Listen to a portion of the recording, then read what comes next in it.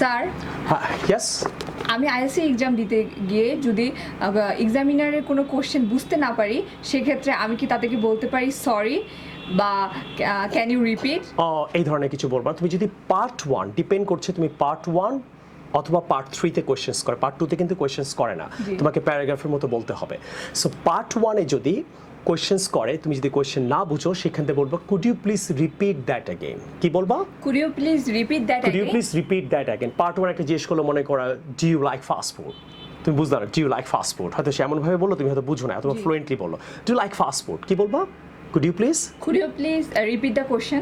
Could repeat the question again? অথবা would you please repeat that question? বলো। Would you please repeat the question again? অথবা could you please?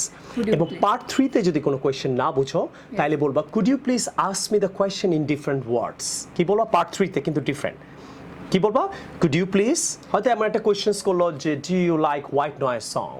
Yes. White noise song মানে তুমি জানো না, তখন কি বলবা? Could you please repeat the question in different words. আপনি কি ওয়ার্ডটা চেঞ্জ করে বলবেন? বলো। Okay, could you please repeat the question in different words. যেমন do you like famous song in the country, what is the famous song in your country.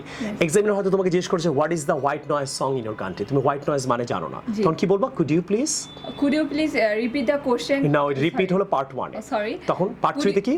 Could you please ask me the question in different words? অথবা বলতে পারো could you please paraphrase the question? Could you please paraphrase the question? তখন আমি বলবো what is the famous song in your country?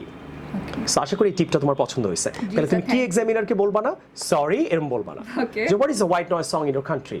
কি বলবা না? Sorry এটা বলবা না, রিপিট এরকম করবা না। হ্যাঁ, অনেকে বলে রিপিট, অনেকে এরকম বলে। যেমন জিজ্ঞেস করার প্রশ্ন আমাকে জিজ্ঞেস করা একটা what is the white noise song in your country. Very good. এখানে আমি এক্সামিনারকে, তুমি মনে করো এক্সামিনার রিপিট অ্যাগেন অথবা অ্যাগেন সরি এরকম করা যাবে না, এর জন্য সুন্দর। হ্যাঁ, পার্ট 1 আমরা বলবো could you please repeat the question. Part 3 তে আমি দুইটা ফ্রেজেস ইউজ করতে পারি, could you please ask me the question in different words অথবা could you please paraphrase the questions.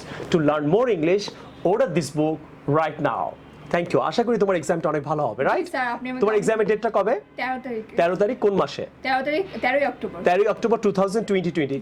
সত্যি কিন্তু ওর এক্সাম 13 তারিখে। তো আমি মনে করলাম এমন একটা স্টুডেন্টকে নিয়ে আমি কাজটা করি যাতে তার এক্সামটাও দিল এবং সে লাইভ আমার সাথে ভিডিও বানিয়ে সে নিজেও শিখলো এবং বাংলাদেশের নানান মানুষকে শিখতে সাহায্য করলো। এই ধরনের ভিডিও আপনাদের কেমন লাগছে অবশ্যই লাইক অ্যান্ড কমেন্ট করে আমাদের সাথেই থাকবেন।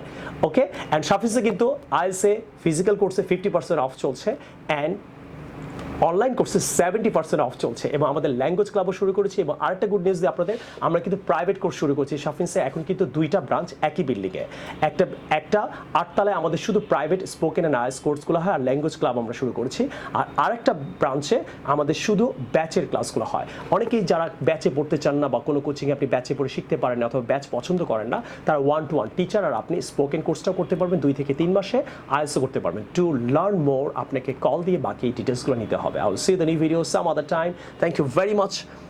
আপনাকে অনেক থ্যাংক ইউ আমাকে এত ভালো টিপস দেওয়ার জন্য। এবং তুমি দারুণ, তোমার পরীক্ষার আগে এটা নিশ্চয়ই অনেক কাজে লাগবে, রাইট? আসসালামু আলাইকুম।